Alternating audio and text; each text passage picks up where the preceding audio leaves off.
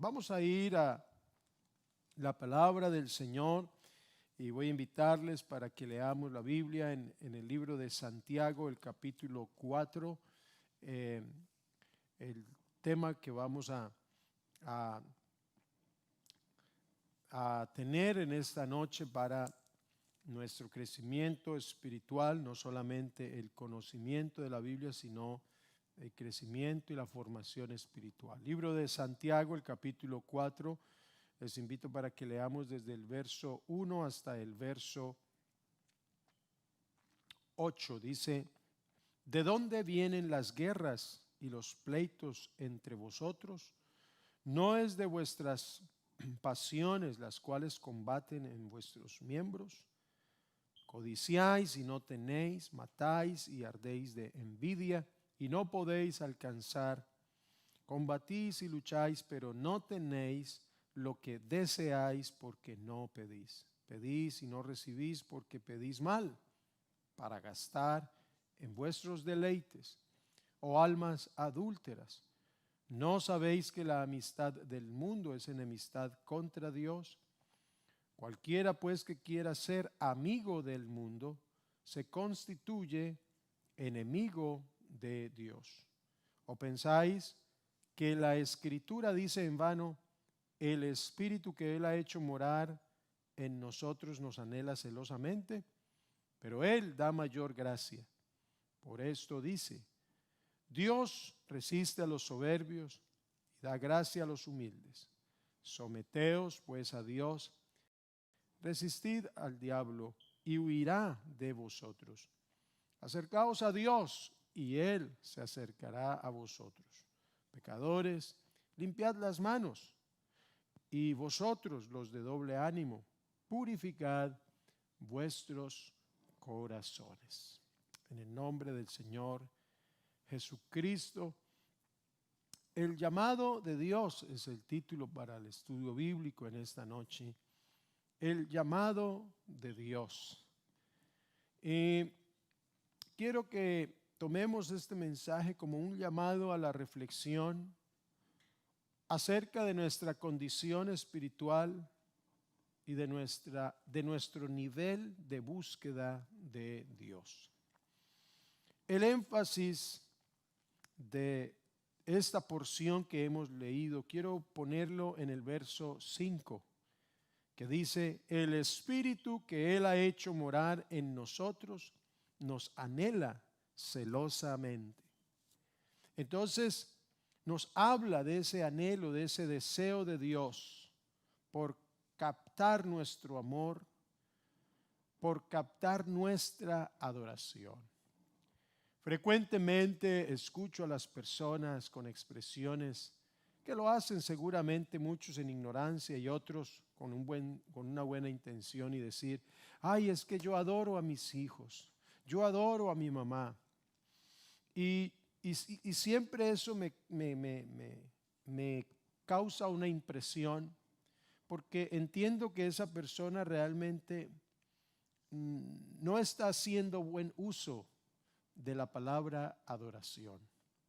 La verdad es que Dios anhela celosamente nuestro amor y nuestra adoración. Mire que el amor a Dios o el sentimiento del amor se puede utilizar para amar a Dios y para amar a nuestros semejantes. La Biblia lo dice, el Señor lo dijo: hay que amar a Dios y a nuestro prójimo como a nosotros mismos. Entonces, el amor es un sentimiento que usamos para dedicarnos a Dios, pero también para considerar a los demás. Pero la adoración, en cuanto al amor a Dios, debe ser un amor muy puro, muy sincero. Pero la adoración no es algo que podamos compartir con los demás. Dios sabe que amamos a los demás, pero Él quiere que le amemos a Él primero y más. Él sabe que amamos a nuestros hijos, sabe que amamos a nuestra familia, que amamos nuestro trabajo, debemos amar nuestro país de origen, el país donde vivimos, etcétera, amar nuestra iglesia, nuestros hermanos en Cristo. Él lo sabe, pero Él quiere que le amemos a Él primero. Es decir, que en el momento de elegir, lo elijamos a Él. Pero en cuanto a la adoración, Él no está dispuesto a compartir su adoración con nadie. Yo le aconsejo que no vuelva a usar esa expresión, ay, yo adoro a mis hijos, porque no sabe lo que está diciendo. Está haciendo de sus hijos unos diosesitos. Pero si usted dice, yo adoro a Dios, usted está haciendo lo correcto y está diciendo lo que debe decir. Porque al decir, adoro a Dios, usted dice, le entrego toda mi vida a Él, que es el Señor. Por eso el Espíritu que Dios ha hecho morar en nosotros nos anhela celosamente, nos quiere cuidar para que nosotros vivamos para Él. Si bien es cierto, las diversas experiencias de la vida pueden causar en nosotros por lo menos dos reacciones. O una situación, por difícil que sea, nos acerca al Señor o nos aleja de Él. Cualquier experiencia que usted viva, una buena experiencia o una mala experiencia, tendrá por lo menos esos dos efectos en nuestra vida. O nos acerca a Dios o nos aleja de Él. Y hay un extraño, digo yo un extraño, poniendo esa palabra extraño entre comillas, un extraño deseo de Dios que hace que nos anhele celosamente. Mire usted, la Biblia dice que hay ángeles que le adoran a Él y que les sirven a Él por millones. La misma creación obedece el mandamiento del Señor. Y la Biblia dice que Él está sentado en su trono y que Él gobierna, que Él es Dios. Él existe por sí mismo.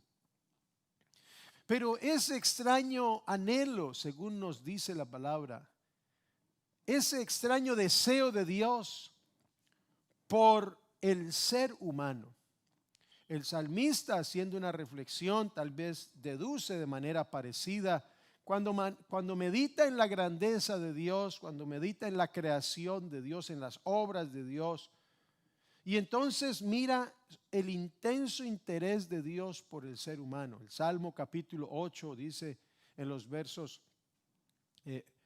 1, 3 y 4, por lo menos es los que voy a leer, dice, oh Jehová, Señor nuestro, cuán glorioso es tu nombre en toda la tierra. Has puesto tu gloria sobre los cielos.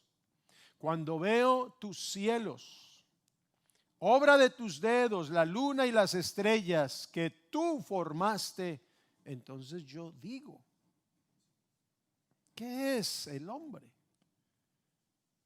Todo lo que Dios ha hecho por el hombre. La Biblia registra lo que Dios ha hecho por el ser humano, que no es cosa pequeña, no es cualquier descripción de lo que Dios ha hecho por el hombre. Y viendo el salmista toda esa majestad del firmamento, etcétera, entonces él se pregunta, qué extraño, ¿qué es entonces el hombre?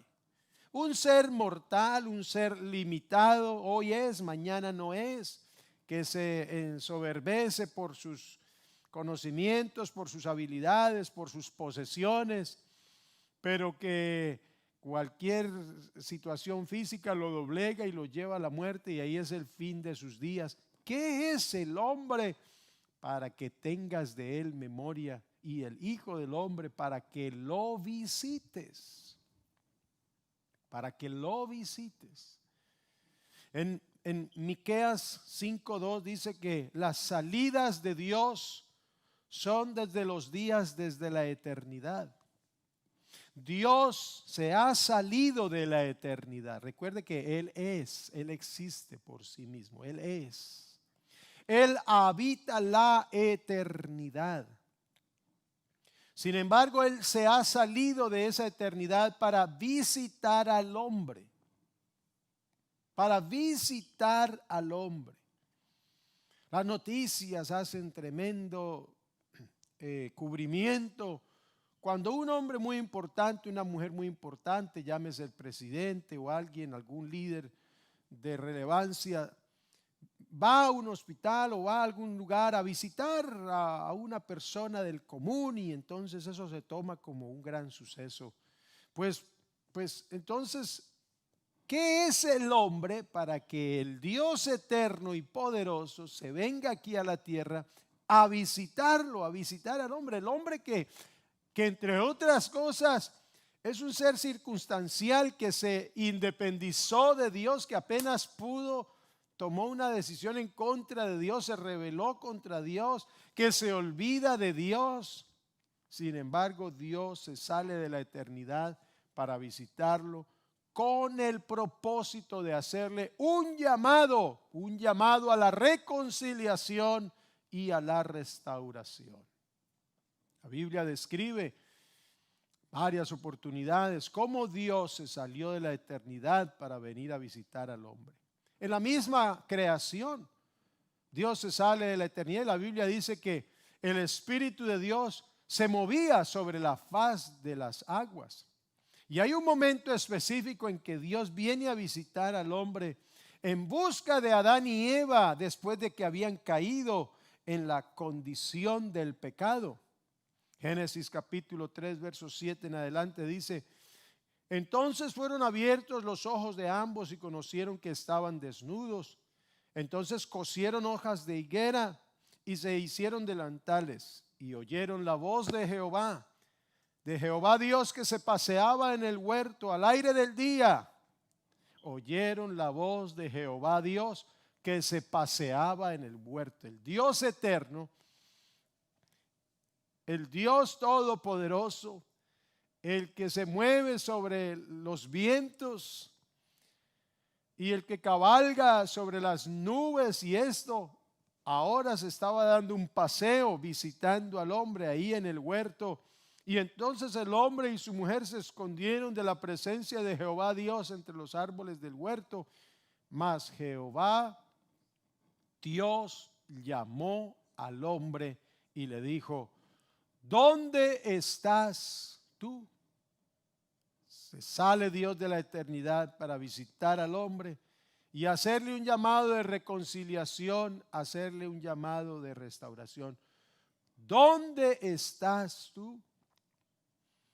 Dios visita al hombre en las teofanías. Se le apareció a Abraham, a Melquisedec, a Manoa, a Gedeón. Manifestó su presencia en el tabernáculo y en el templo. Las visitas de Dios saliéndose de la eternidad para manifestarse. Visitó a Israel cuando estaba en la aflicción en Egipto.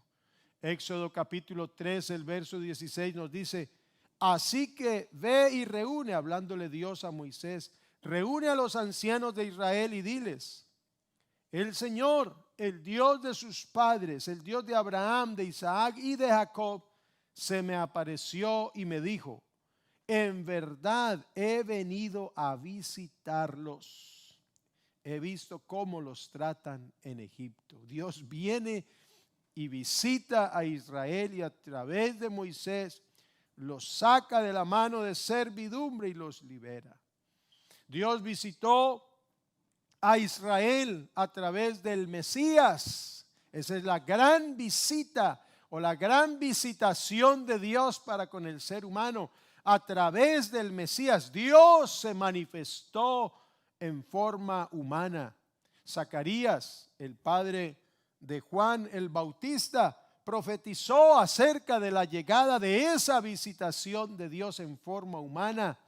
Y dice Lucas 1:67: y Zacarías su padre fue lleno del Espíritu Santo y profetizó diciendo: bendito el Señor Dios de Israel, que ha visitado y ha redimido a su pueblo y nos levantó un poderoso Salvador en la casa de David, su siervo. Dios visitó a los gentiles también. Cuando el Espíritu Santo vino sobre aquellos que estaban en casa de Cornelio, dice que los discípulos contaron lo que sucedió en aquella ocasión cuando estaban reunidos en un concilio hablando de cómo era que iban a hacer ya que muchas personas no judías, es decir, gentiles, estaban llegando al conocimiento del Señor. Entonces dice Simón, Hechos 15:14, Simón nos ha contado cómo Dios visitó a los no judíos, a los gentiles, por primera vez para añadirlos al pueblo que cree en su nombre. Los visitó y los bautizó con su poder. Entre otras, son momentos en que Dios se ha salido de la eternidad para visitar al hombre y hacer un llamado de restauración, un llamado de reconciliación. Recordemos que el Señor le dijo una vez a sus discípulos: ya no los voy a llamar siervos, los voy a llamar mis amigos, mis amigos. Sin embargo, a la iglesia del Señor la llama su novia y es su prometida. Estas salidas de Dios nos hablan de su gran deseo por estar cerca del hombre.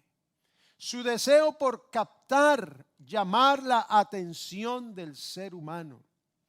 Es por lo que cuando ve que su pueblo se aleja de él, le extiende, le lanza un llamado a su conciencia.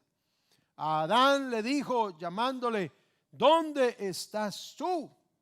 Llamó a Israel cuando el pueblo de Israel se alejó de Dios y faltó a ese pacto de amor con su Señor, con su esposo. Israel adulteró esa relación con Dios. Oye, Israel, el Señor vuestro Dios, el Señor uno es, y lo amarás a Él con todo tu corazón, con toda tu mente, con todas tus fuerzas. Pero Israel se fue prostituyendo su fe, combinando su adoración y adorando a los dioses falsos que encontró en las tierras de Canaán. Y ellos hicieron ese sincretismo religioso y dejaron a su amado para irse tras los dioses de los pueblos. Quebrantaron ese pacto de amor, cuando el Señor les había dicho: con amor eterno te he amado, por eso te he prolongado mi misericordia. Mire lo que le dice a Israel a través de los labios de Jeremías, capítulo 4:22. Y es que mi pueblo es necio y no me conoce. Son gente que no piensa ni entiende. Son sabios para hacer el mal, pero no saben hacer el bien. A la iglesia en Éfeso, y mire usted que es el primer mensaje a la primera iglesia, la iglesia del primer siglo. El Señor tiene que darle una admonición, como un llamado a considerar su condición espiritual. Apocalipsis 2:5 dice: recuerda por tanto de dónde has caído. Recuerda por tanto de dónde has caído. Este mensaje a la iglesia en Éfeso, donde le dice que ha dejado su primer amor, aunque ha tenido paciencia y ha trabajado. Es la primera iglesia la que le tocó abrir los surcos. Es la iglesia desde la experiencia del Pentecostés. Es la iglesia que fue inaugurada. Aquellos que de primera mano tuvieron la experiencia del Pentecostés y vieron todos esos milagros y vieron la expansión del evangelio de ese primer siglo. Pero esta iglesia que el Señor tiene que hacerles un llamado a su conciencia. Consideren dónde están. Recuerda por tanto de dónde has caído y arrepiéntete y haz las primeras obras, pues si no, vendré pronto a ti y quitaré tu candelero de su lugar si no te hubieres arrepentido. Es el llamado del Señor. Yo quiero decirles que Dios tiene un celo. El celo de Dios no es el celo enfermizo, el celo problemático, el celo de prejuicio.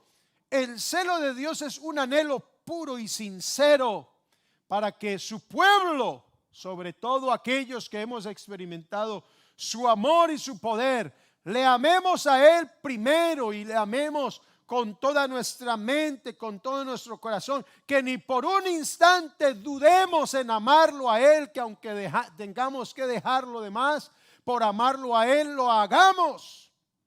La Biblia dice, ninguno puede servir a dos señores, o amará al uno o aborrecerá al otro. El celo del Señor Dios está despertando en su celo, en su anhelo, para que su iglesia no pierda ese amor, para que la iglesia no desdibuje su adoración. Dios está celoso de la adoración del ser humano. ¿En qué estamos poniendo toda nuestra atención? Y especialmente hablando con los hijos de Dios, con los creyentes, con los discípulos de Cristo. El Señor, así como fue a buscar a Adán, ¿dónde estás tú? ¿Qué has hecho? ¿Dónde has caído? ¿Qué pasó contigo? Yo te dije que no hicieras esto y no me creíste. A Israel también lo llamó, le hizo grandes obras. Su pueblo, esa viña que él plantó, pero esa viña dio fruto amargo y esperaba a Dios que diera un fruto dulce, es decir, de obediencia, de adoración. Pero ¿qué pasó con Adán? Lo negó. ¿Qué pasó con Israel? Lo negó. Y entonces dijo Dios, yo me voy a ir a un pueblo que no era pueblo y lo voy a hacer mi pueblo. Y entonces compró a la iglesia y se entregó a sí mismo por ella, para presentarse a una iglesia, a una novia limpia, pura, virgen, sin mancha, sin arruga y sin cosa semejante. Pero ¿dónde está la iglesia de Cristo Jesús? ¿En qué está centrando su atención? ¿A qué le está dedicando todas sus energías, toda su concentración, a qué estamos nosotros adorando? ¿En quién estamos depositando nuestra confianza? Dios se gloria cuando uno de sus hijos, aunque ve que todo esto está, otra vez que él cierre toda la noticia, todo está impregnado de esto, de esta situación de salud pública, toda la atención está. Eso es como cuando hay una reunión y aquí está la persona homenajeada, la quinceañera, el cumpleañero, pero llegó alguien que se robó toda la atención. Y entonces todas las cámaras y todo allí, y el homenajeado, el que se supone que es el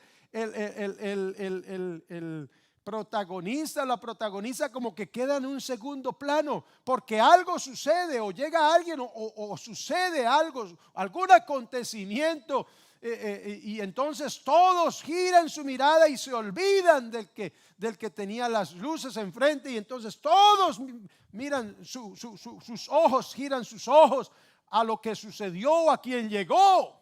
Y entonces se despierta aquí como una especie de celo, pero ¿qué pasa si esto es por mí? Si esto que estamos viendo es por causa mía, era mi celebración y ahora esto como que desenfocó. Y entonces pensemos en esto. El mundo, casi que el mundo entero está con sus ojos puestos en una situación científica. Y está mirando a ver qué pasa. Y entonces hay una amenaza y hay una especie de esperanza y se anuncia que la vacuna, no sé qué, todo esto. Pensemos en esto. Mucha gente ha girado su mirada y ha puesto su esperanza en lo que no debe mirar y en lo que no debe confiar. Y Dios está aquí a un lado cuando Él debe ser el centro de todo. Pero cuando uno de sus hijos, mirando todo esto que usted conoce que está pasando, pero uno de sus hijos levanta su mirada en fe y pone los ojos en Jesús, el autor y consumador de esa fe, y dice: no importa lo que pase, yo sigo confiando en Él, yo lo sigo amando a Él, sigo esperando en Él, y a Él le doy toda mi adoración, porque Él es el único que me guarda, que me sustenta, y a través de toda situación Él me guiará aún más allá de la muerte. Eso es amarlo a Él con todas las fuerzas. Pero si un cristiano se desconcentra de mirar al que es el protagonista por excelencia, porque Él es el protagonista, Él es el autor y consumador de la fe, y todas las luces lo deben iluminar a Él, todas las cámaras deben enfocarlo a Él, y la primera plana de los noticiarios, de los periódicos, deben poner su nombre, porque Él es el autor y consumador de la fe. Él es el Altísimo, Él es el creador de todas las cosas, Él es el sustentador de todas las cosas. Él sustenta todas las cosas con la palabra de tu poder, de su poder. Él es el que llama las cosas que no son como si fueran. ¿Y que debe estar haciendo la iglesia? El mundo no lo ve a Él. Las cámaras del mundo y las luces del mundo no están puestas en Jesucristo. Pero ¿qué debe hacer la iglesia? En este momento, ¿qué debe hacer la iglesia? Mirarlo a Él y enfocarse en Él y amarlo a Él y adorarlo a Él y poner su esperanza en Él. En Él.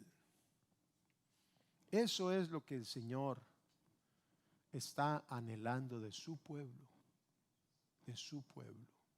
Creyentes que han negado la fe por el temor de esta situación. Personas que antes se decían ser cristianos, hoy en día se han alejado de Cristo. Se han alejado de la iglesia de Cristo y están esperando en las cosas del mundo. Andan asustados, andan atemorizados, nerviosos, llenos de pánico, y están confundidos y no saben qué hacer.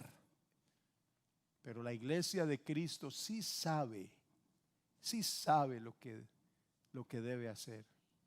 Buscarlo a Él en todo momento. No importa lo que pase, Él es el protagonista. Ustedes confían en caballos, ustedes en carretas, pero yo confío en el Señor. Él no me va a abandonar, no me va a dejar avergonzado. Yo lo voy a adorar a Él, lo voy a servir a Él, voy a hacer las cosas con Él como siempre las he hecho, porque ni esta situación, ni la situación política, ni la situación económica me va a hacer cambiar a mí de mi adoración a Él. El Padre busca adoradores verdaderos que le adoren en espíritu y en verdad. Entonces el cristiano que se descarríe en estas circunstancias, porque no era.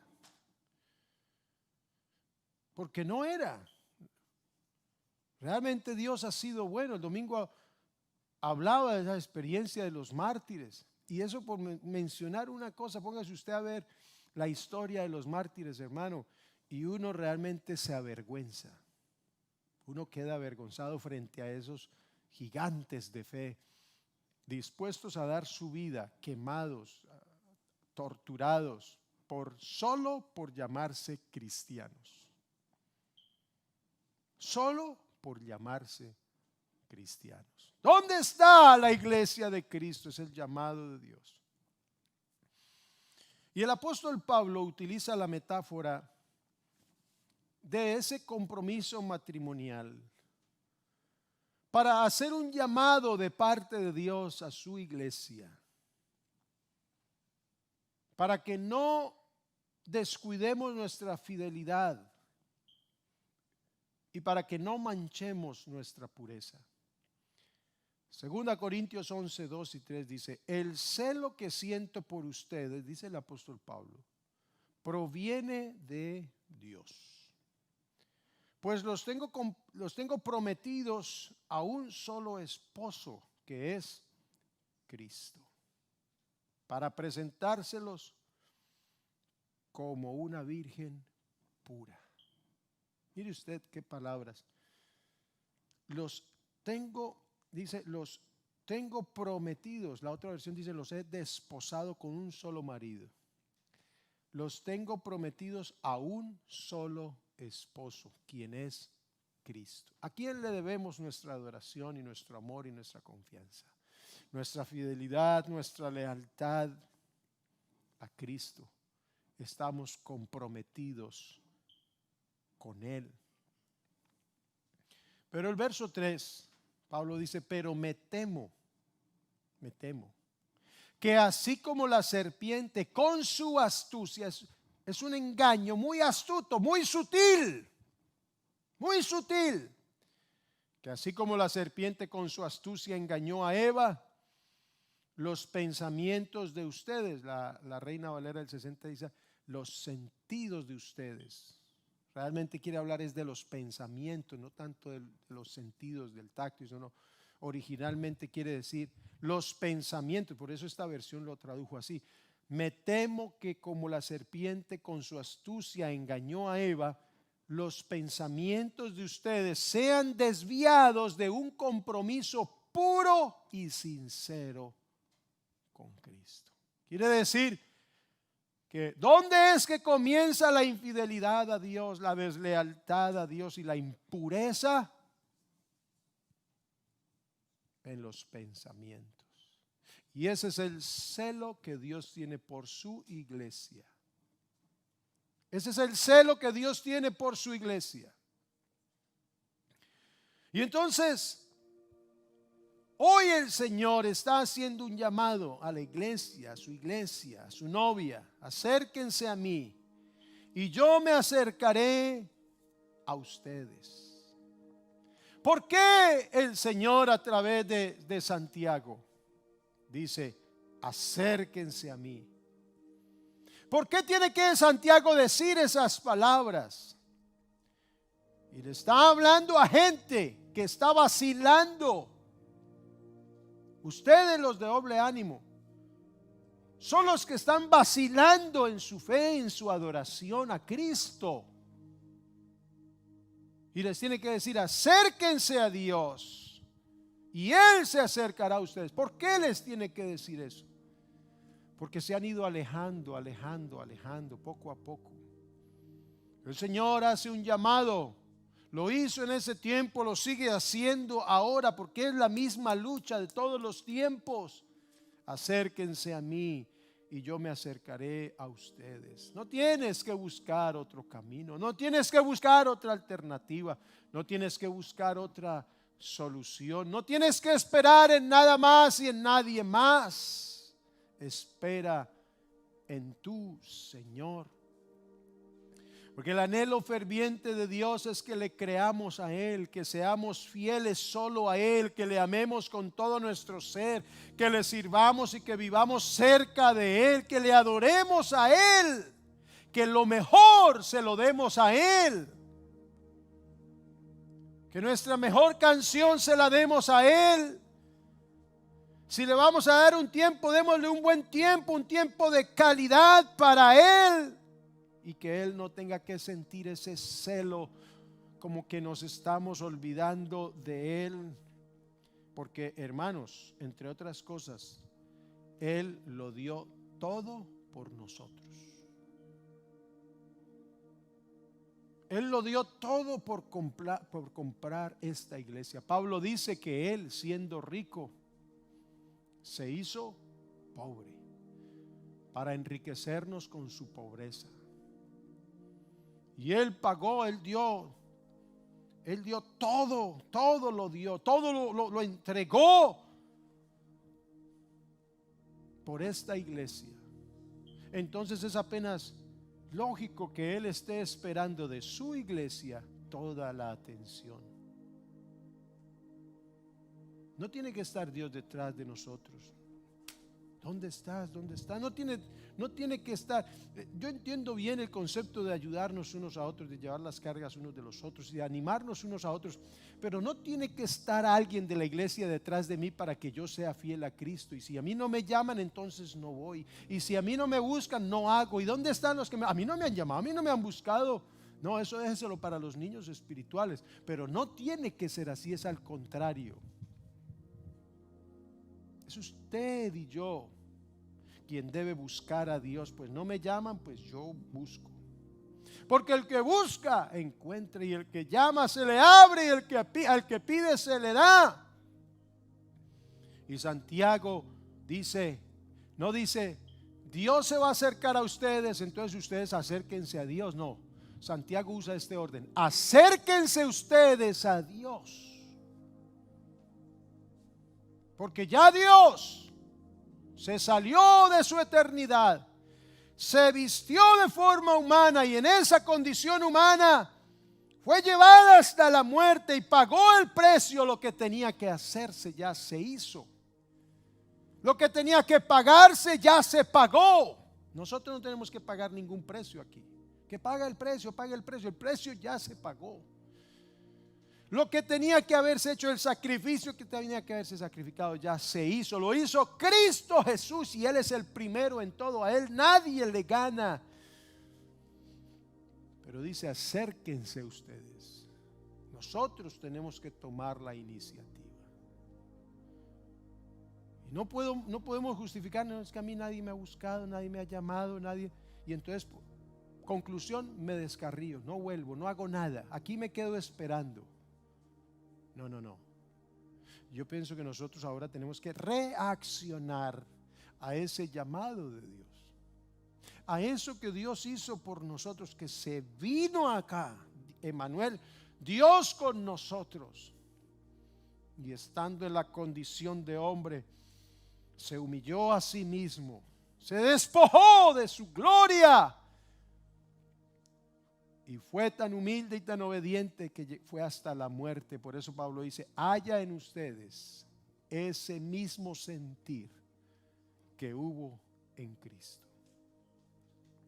Entonces, cuidado con que nuestros pensamientos no sean desviados.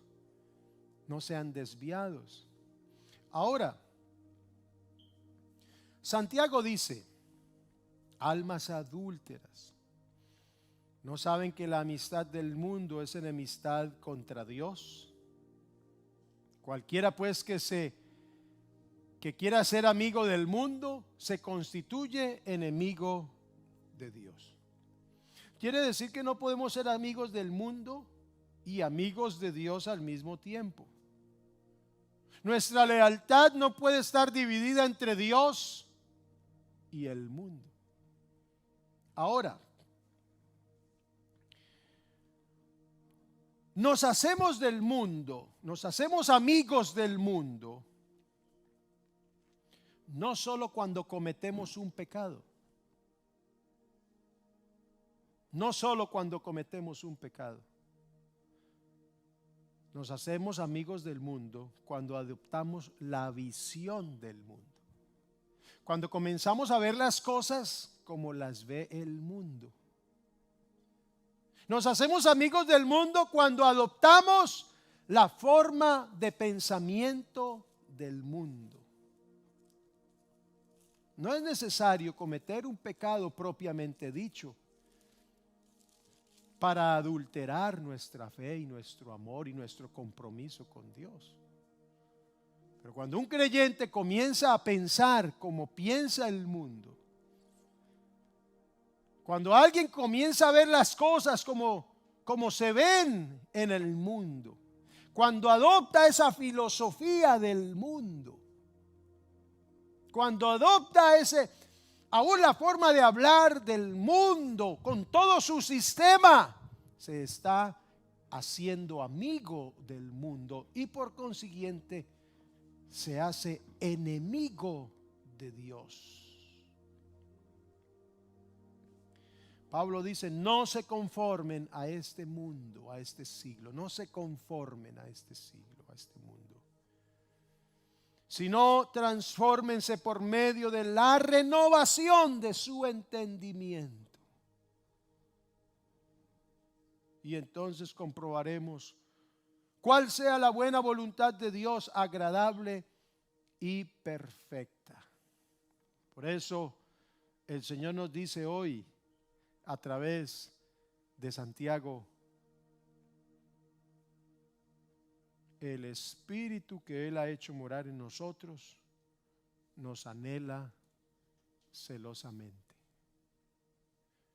El Señor está anhelando, tiene ese celo por su iglesia, por su prometida. Es mía, esa iglesia es mía, yo la compré, yo le declaré mi amor, yo la compré. Usted, hermano, hermana, es de Cristo Jesús. Usted se debe a Él. No adopte el sistema del mundo. Usted hable como habla un hijo de Dios. Piense como debe pensar un hijo de Dios. Usted actúe y hágalo como tiene que hacer. Como dice la Biblia, el mundo no tiene por qué dictar cómo pensamos, cómo vestimos, cómo actuamos.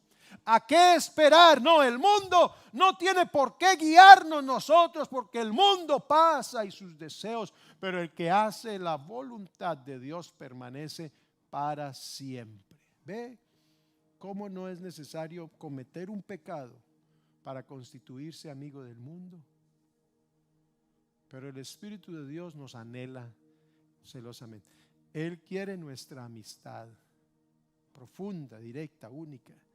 Él anhela nuestro amor, anhela nuestra fe. Sobre todo, hermanos, anhela nuestra adoración. Estemos en pie. ¿A qué distancia estás de Dios? Si pudiéramos medir de alguna manera material, ¿en qué ubicación está Dios? ¿A qué distancia estarías tú? Sí, Dios está en nosotros, yo sé, somos templos del Espíritu, pero en la metáfora, ¿en qué ubicación está Dios? O mejor, ¿en qué ubicación estás tú con respecto a la presencia de Dios? ¿Un centímetro, una pulgada, un pie, 5 pies, 100 pies de distancia? ¿A qué distancia estamos de Dios? Pensemos, si es que es así, ¿qué nos puede estar alejando de Él?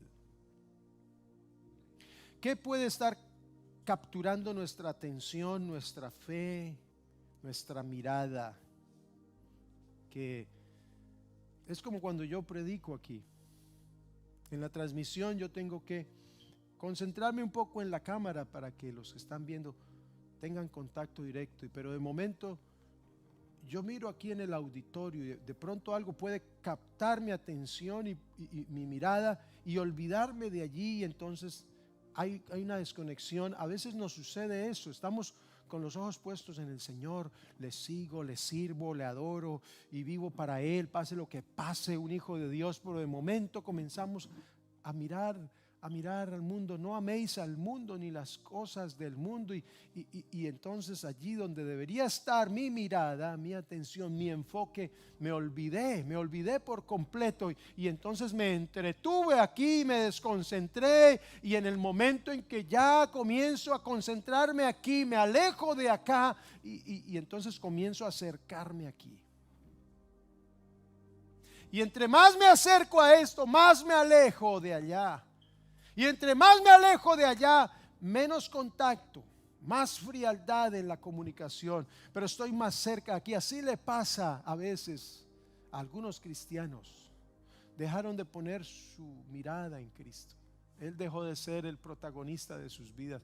Hermano, que Él sea el primero, como cantaba el hermano Ciro Calderón, que se fue a la presencia del Señor. Que Él sea el primero también en mi vida.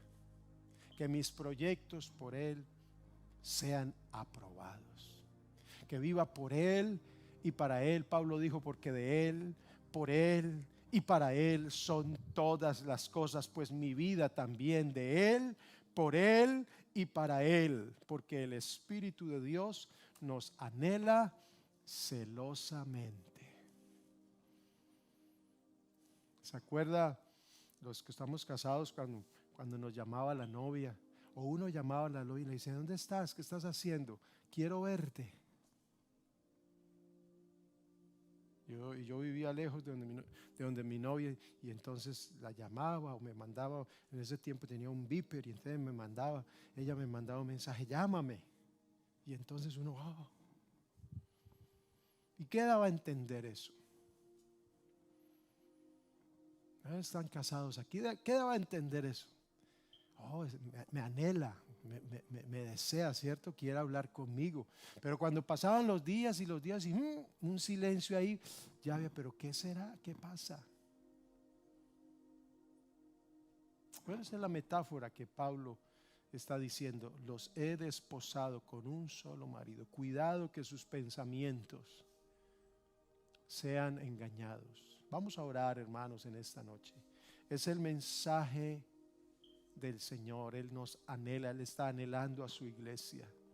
Miren, hermanos, es curioso. Este objeto a veces nos limita el pensamiento. Esto es un objeto, pero ha afectado nuestro pensamiento. Y entonces este solo objeto ya marca una distancia. Que no lo haga con el Señor. Adorémosle a Él, glorifiquémosle a Él, cantémosle a Él, invoquemos su nombre, porque estas cosas del mundo, estas son cosas del mundo. Quiero decirle que todo esto es un plan del mundo. Es mi convicción, no tiene que ser la suya, pero le comparto mi pensamiento. Todo esto es un plan del mundo, un plan malévolo, pero eso está escrito. Pero la iglesia de Cristo vive en el mundo sabiamente, lo usamos por precaución, por testimonio. Evidentemente puede haber un peligro de contagio y esto, pero eso no afecta a nuestro pensamiento. Nuestro Dios sigue siendo Dios, Él sigue siendo el Señor, y yo le sigo adorando a Él y le sigo alabando y sigo invocando su nombre. Y por eso usted está aquí esta noche, porque usted dijo: no importa lo que pase, quiero ir al templo, quiero adorarle y con mis hermanos y gozar de la comunión. Hermano, imprégnese usted también de eso. Adoremos al Señor. Invito para que usted por unos instantes le adore con sus propias palabras, y le adore y le exalte, porque el Señor tiene celo. Tanto cristiano atendiendo a las cosas del mundo, gastándole tiempo a la información de esto, teorías de esto, noticias de esto, y pasa el tiempo, y no hay un tiempo especial para Dios. Dios está celoso de su pueblo, del tiempo que su pueblo malgasta en otras cosas. Iglesia de Cristo, el Espíritu de Dios nos anhela celosamente. Ahí en su casa, ahí donde está, adórele. Si puede cerrar sus ojos, hágalo. Si a lo mejor puede postrarse, hágalo y adore al Señor Jesucristo. Oh, aleluya, aleluya. Te adoramos, te exaltamos, Señor, en esta noche. Yo declaro tu grandeza, tu señorío. En esta noche, Señor, te alabo, te glorifico, invoco el nombre de Jesucristo para que tu presencia afecte esta tierra, afecte este ambiente que está cargado de tinieblas, de temor, de susto, de miedo. Yo invoco y alabo el nombre de Jesucristo. Oh Jehová Dios nuestro, cuán glorioso es tu nombre en toda la tierra. Tú me has visitado, y no solamente eso, Señor, tú te has quedado a morar en mi vida. Por eso, que mi vida sea solo para ti. Que mi vida sea solo para ti. Aleluya. Aleluya, aleluya, aleluya, aleluya. Gloria a tu nombre. Adórale, mi hermano, unos instantes. Adórale, glorifícale. Exáltale, exáltale, exáltale, exáltale. Dale gracias a Él y dile: Señor, mi adoración es solo para ti. Como dice el canto, que mi vida entera esté consagrada a ti, que a mis manos pueda guiar el impulso de tu amor. Oh Jesús, Jesús, aleluya, aleluya, aleluya. Oh Dios, gracias Señor, gracias Señor, gracias Señor. Gracias te doy, Señor Jesús. Te glorifico, Señor. Yo invoco el nombre de Jesús. Exalto el nombre de Jesús. Si el mundo está entretenido en otras cosas, yo estoy concentrado en ti, Señor, y yo te adoro a ti. Si las luces iluminan para otro lado, mis ojos te ven a ti, porque tú eres el sol de justicia. Tú eres el resplandor de la vida. Tú eres el autor y el Señor y el dueño de esta creación. Mientras el mundo está pensando otras cosas, yo pienso en ti. Mi pensamiento está concentrado en ti. Mi esperanza está puesta en ti. Te voy a adorar y te voy a glorificar y voy a confiar en tu nombre. ¿Por qué han de decir las gentes: ¿dónde está nuestro Dios, hermano? Nuestro Dios está en el cielo, y todo lo que quiso ha hecho, y está en esta tierra, y está en la iglesia, y está haciendo la obra, y nos está guardando, nos está cuidando, y nos llevará aún más allá de la muerte. Ese es el llamado de Dios en esta hora para la iglesia. Oh, aleluya. Gracias, Señor Jesús. Gracias, Señor Jesucristo. Bendito es tu nombre. Amén, amén. Yo quisiera que entonáramos ese canto que dice: lávame en tu sangre, Salvador, límpiame de toda mi maldad. Traigo a ti mi vida para ser, Señor, tuya por la eternidad.